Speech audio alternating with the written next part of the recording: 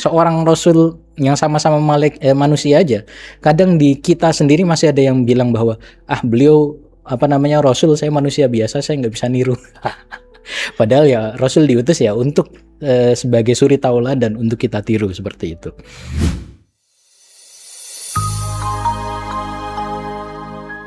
Selain itu juga ya Allah membekali para rasul dengan mukjizat, yaitu bukti yang sesuai dengan kemahiran kaum tersebut pada masanya. Misalkan di bangsa Nabi Musa, di masa Nabi Musa, salah satu yang menjadi keahlian para Bani Israel, kaum Bani Israel waktu itu adalah sihir yang mengelabui mata atau ilusi lah bahasa kitanya. Kemudian Nabi Musa memberikan mukjizat, memberikan bukti dari Allah bahwa itu tidak hanya sekedar ilusi yang tidak bisa bahkan para pemuka dukunnya pada waktu itu atau samannya pada waktu itu nggak bisa mengingkari bahwa ini nggak bakal dari keahlian manusia, ini nggak bakal dari jin, ini pasti dari Allah itu. Kemudian di zaman Nabi Isa, di salah satu riwayat disebutkan bahwa keahlian Bani Israel pada waktu itu, pada masa itu adalah kedokteran. Makanya salah satu mukjizat Nabi Musa adalah bisa menyembuhkan orang yang buta, kemudian orang yang terkena baros gitu, belang, bahkan bisa menghidupkan orang yang mati. Yang itu tidak bisa dibuktikan, tidak bisa tidak bisa ditandingi oleh kecanggihan kedokteran pada masanya gitu. Nah, kemudian di zaman Nabi Muhammad, salah satu yang paling kuat di bangsa Arab adalah linguistiknya, sehingga karena Nabi Muhammad juga sampai merupakan rasul terakhir sampai akhir zaman. Selain linguistik, yang paling yang sangat menjadi keahlian kita juga sekarang adalah informasi gitu. Di zaman dulu, masa jahiliyah, orang-orang jahiliyah tidak bisa menandingi gaya bahasa yang dibawakan oleh Al-Quran.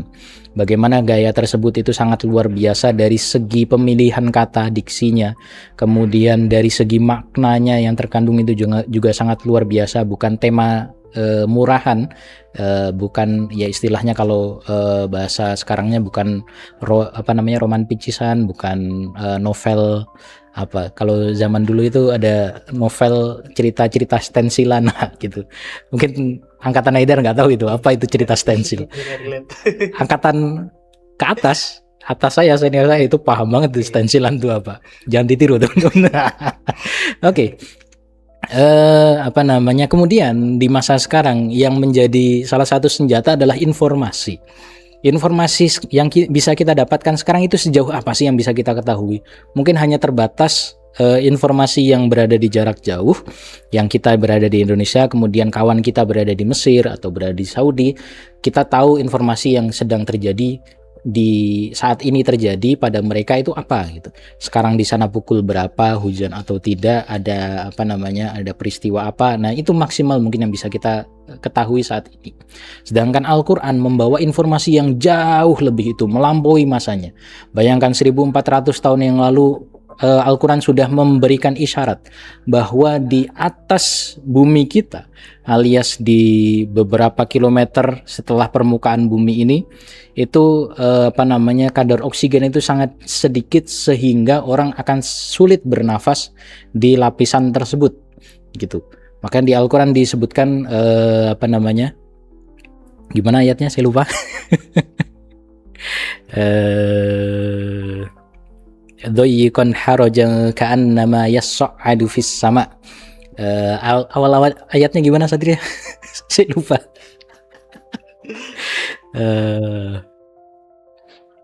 Perlu researching.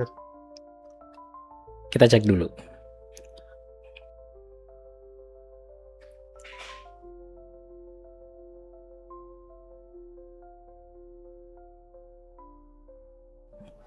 Faman yuridillahu ayyahdiyahu yashrah sadrahu lil Islam. Barang siapa yang Allah kehendaki untuk diberikan petunjuk, maka hatinya akan dilebarkan, dilapangkan untuk bisa menerima Al-Quran, kebenaran dalam Al-Quran, kebenaran dalam Islam. Nah, sedangkan wa may yurid ayyudillahu yaj'al sadrahu dayyiqa. Barang siapa yang Allah kehendaki untuk disesatkan, maka dadanya itu akan dibuat sesak, nggak terima untuk menerima, nggak bisa menerima kebenaran gitu, nggak terima bahwa sesuatu yang dibawa oleh Islam, oleh Al-Quran, oleh Nabi Muhammad itu adalah kebenaran. Nah, sesaknya itu, sempitnya itu seperti apa? Doyikon harajan ka'annama yas'adu fis sama. Sempitnya itu ibarat ketika dia naik ke atas langit. Loh, orang naik ke atas langit dadanya sempit, maksudnya apa ya? Karena dia nggak bisa bernafas. Kenapa? Karena kadar oksigen di lapisan ozon atau di lapisan-lapisan atasnya, lapisan-lapisan atas itu kadar oksigennya sedikit, maka orang akan kesulitan untuk bernafas. Jangankan di situ, di atas puncak gunung yang tinggi aja, Everest kah, atau di pegunungan yang tinggi, biasanya orang akan para pendaki akan membawa tabung oksigen untuk sebagai support mereka gitu, agar nafasnya teratur. Nah, ini adalah informasi yang dibawa oleh Al-Quran 1400 tahun yang lalu, meskipun hanya sebagai isyarat. Salah satu informasi yang ya masih dekat lah, 1400 tahun yang lalu. Gimana dengan informasi yang jauh, ya keberadaan tentang kehidupan setelah kematian, adanya surga, adanya neraka, adanya hasyr, bahwa orang yang nanti meninggal akan diba'ats, akan dihidupkan kembali gitu, dengan simbol-simbol, dengan perumpamaan yang Allah berikan di dalam Al-Quran gitu, bahwasanya Allah mampu kok, yang awalnya tanah itu gersang, tahu-tahu nanti akan muncul tanaman di situ, padahal dari dulu udah bertahun-tahun nggak muncul tanaman. Ini tanaman dari mana, bijinya dari mana? Kalau bijinya udah lama di situ, kenapa dari dulu nggak tumbuh, kenapa baru sekarang tumbuhnya? Manusia juga akan kayak gitu. Orang-orang sekarang mati nggak ada yang bangkit, terus nanti kok bisa bangkit gimana ya, kita nggak tahu. Tapi Allah sudah membuktikan bahwa informasi ini pasti akan terjadi gitu. Nah, itu dia salah satu kemujizatan Al-Quran, adalah informasi yang akan kebenaran informasi yang dibawa oleh Al-Quran itu sendiri. Oke, itu dia teman-teman. Kenapa kita nyampe situ? Kemudian kita lanjutkan, wa yaqta'una ma amarallahu bihi ayyusala. Dan orang-orang fasik itu kita masuk ke dalam ciri-ciri kedua atau kriteria kedua, yaitu orang yang memutuskan sesuatu yang Allah perintahkan untuk sambung. Sekali lagi, dalam tafsir Hidayatul Quran, Gus Awis menyebutkan bahwa sesuatu yang Allah sambung itu di sini adalah tali silaturahim, kekerabatan. Dan itu juga memang yang sangat, ya kalau dalam dalam bahasa Arabnya kan mubadarah fi dhihnina, itu kan emang fi dhihnina kan kayak gitu, sesuatu yang langsung kita tangkap di otak kita ketika kita mendengar Allah memerintahkan sesuatu untuk disambung, tapi ternyata orang-orang fasik memutusnya ya di kepala kita kan pasti pasti tali silaturahim nih gitu. Nah, cuma ada beberapa ulama juga yang masih mengkaitkan hal ini dengan perilaku orang-orang ahlul kitab.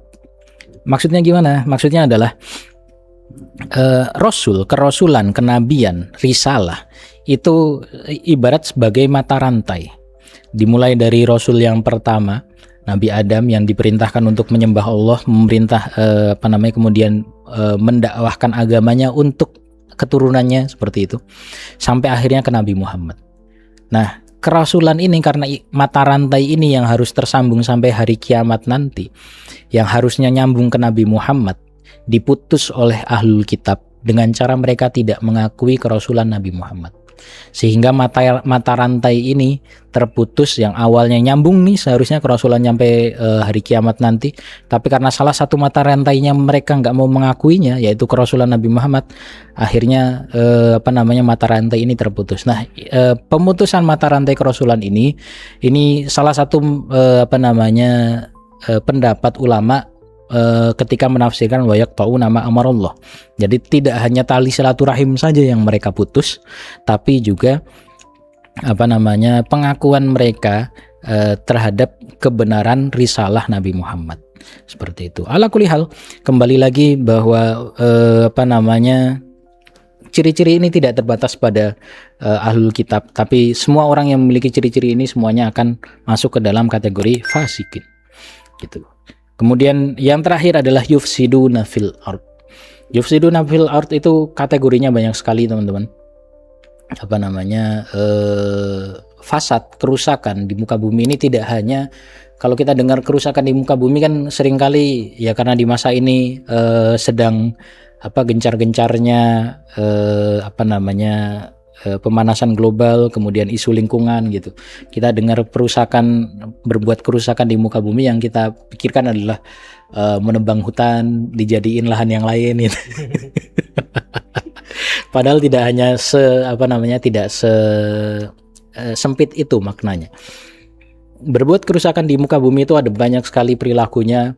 Salah satunya ya ketika kita tidak melakukan apa yang menjadi tanggung jawab kita sebagai manusia, atau sebagai tugas kita sebagaimana mestinya. Misalkan seorang murid, kita ngobrol santri itu, seorang santri tidak menjalankan kewajibannya untuk belajar atau mengerjakan tugas, yang efeknya adalah dia akan mungkin saja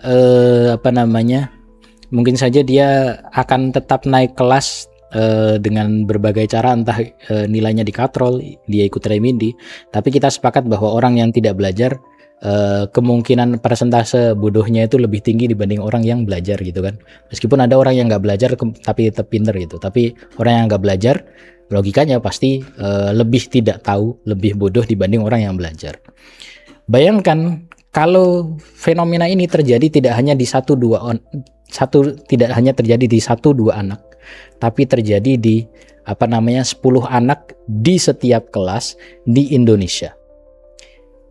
Apa yang akan terjadi?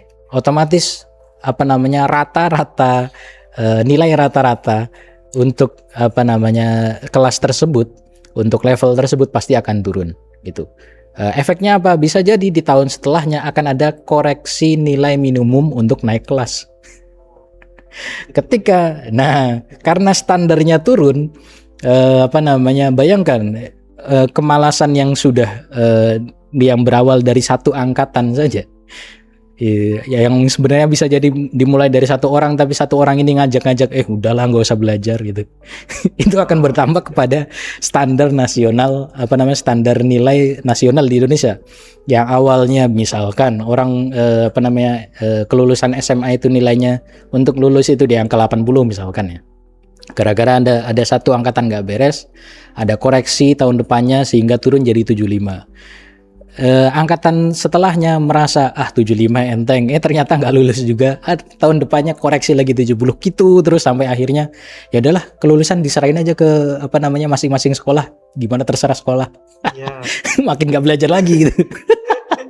Nah itu merupakan kerusakan yang disebabkan oleh, ya bisa jadi disebabkan oleh individual, bisa jadi disebabkan oleh kelompok gitu.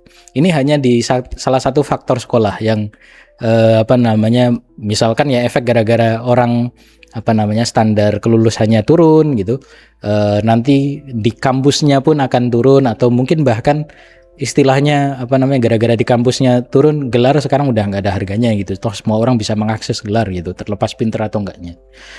Dari situ logika orang berpikir juga makin pendek, yang penting dapat duit, mau itu dibodoh-bodohin bodoh amat gitu kan.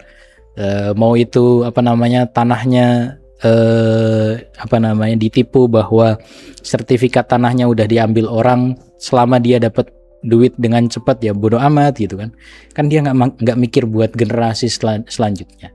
Nah, berbuat kerusakan itu bisa bermakna sangat luas sekali. Jadi kalau mau menggunakan bahasa Arab, mungkin teman-teman bisa mengartikan fasad di sini sebagai kegiatan zulm. Apa itu zulm? Zolim dalam bahasa Arab itu lawan dari kata adil. Adil itu adalah menempatkan sesuatu sesuai porsinya, menempatkan sesuatu sebagaimana fungsinya, gitu. Orang yang tidak menggunakan uang yang dititipkan kepadanya sebagaimana mestinya, misalkan saya nitipin ke Haidar nih, Dar, tolong beliin lampu 17 watt, mereknya gitu, merek A gitu. Nah, kemudian si Haidar ke warung, setelah itu ke toko bangunan, misalkan lihat, wah, saya disuruh beli lampu 17 watt merek A, tapi di sini ditawarin ada lampu merek B dapatnya 25 watt gitu.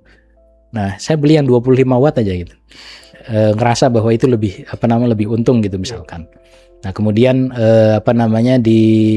sampai ke saya dipasang, ternyata nggak nyampe seminggu lampunya mati gitu. Nah bisa jadi itu perilaku dzulm karena tidak melaksanakan apa yang diperintahkan sesuai dengan tidak menempatkan apa yang tadi dititipkan sebagaimana mestinya gitu. Nah zalim itu kurang lebih kayak tadi, sudah diberikan potensi, dikasih titipan tapi tidak melaksanakan sebagaimana potensinya. Maka dia sudah berbuat dolim, dia sudah berbuat kerusakan di muka bumi ini.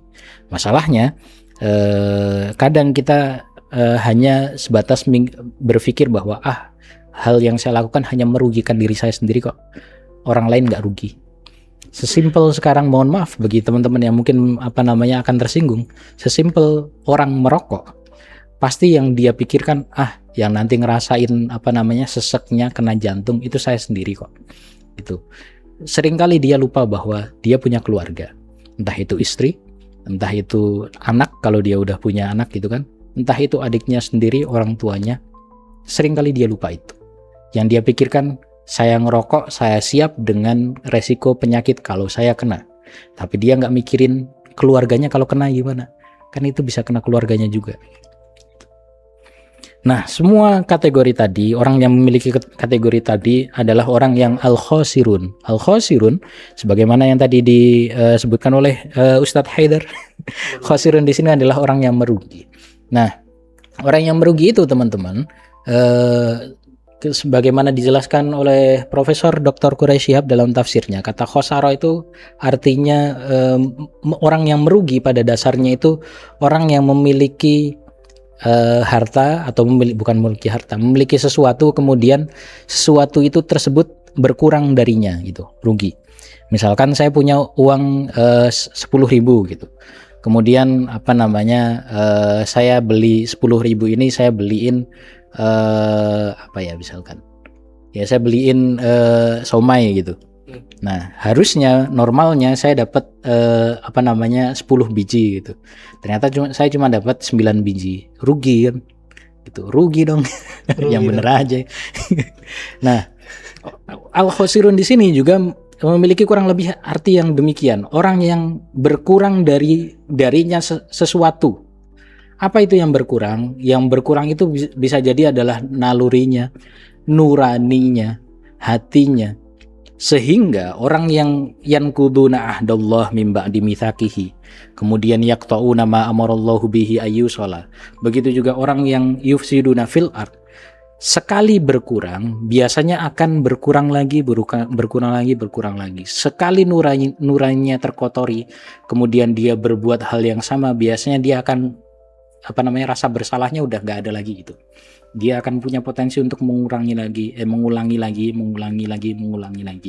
Makanya orang di sini disebutkan dengan khosirun karena keimanannya itu yang menjadi modal awalnya itu tidak serta-merta langsung hilang sepenuhnya, tapi terkikis sedikit demi sedikit. Orangnya ini yang ditunjukkan oleh akhir ayat ini, ekor ayat ini, ulaika humul khosirun. Orang-orang yang memiliki 3 kriteria ini nantinya akan terkikis imannya sedikit demi sedikit karena mengulangi kriteria yang Allah sudah sebutkan untuk menjelaskan siapa sih al-fasikin tadi gitu di dalam ayat setelahnya. Mungkin karena sudah 40 menit jadi mungkin kita tidak akan melanjutkan di ayat 28. Mungkin teman-teman akan membahas dengan pemateri selanjutnya. Jadi kita cukupkan untuk kajian kita pada kali ini. Jadi kita akan berhenti di ayat 27 saja. Ya. Silahkan Haidar. Baik, kita sudah ada di penghujung podcast atau kajian kali ini. Terima kasih kepada Ustadz Faizan yang telah memberikan materi mendalam terkait dengan surah Al-Baqarah ayat 27.